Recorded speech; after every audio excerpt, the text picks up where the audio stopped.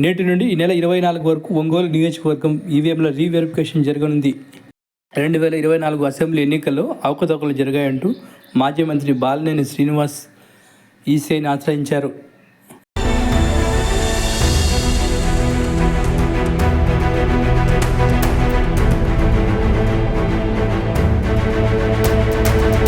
ప్రధానంగా 12 పోలింగ్ కేంద్రాలలో రీవెరిఫికేషన్ చేయాలంటూ బాలినేని శ్రీనివాస్ 5.66 లక్షలు చెల్లించారు. ఈసీ ఆదేశాలతో అధికారులు 6 రోజుల పాటు ఈవీఎంల రీవెరిఫికేషన్ చేయనున్నారు.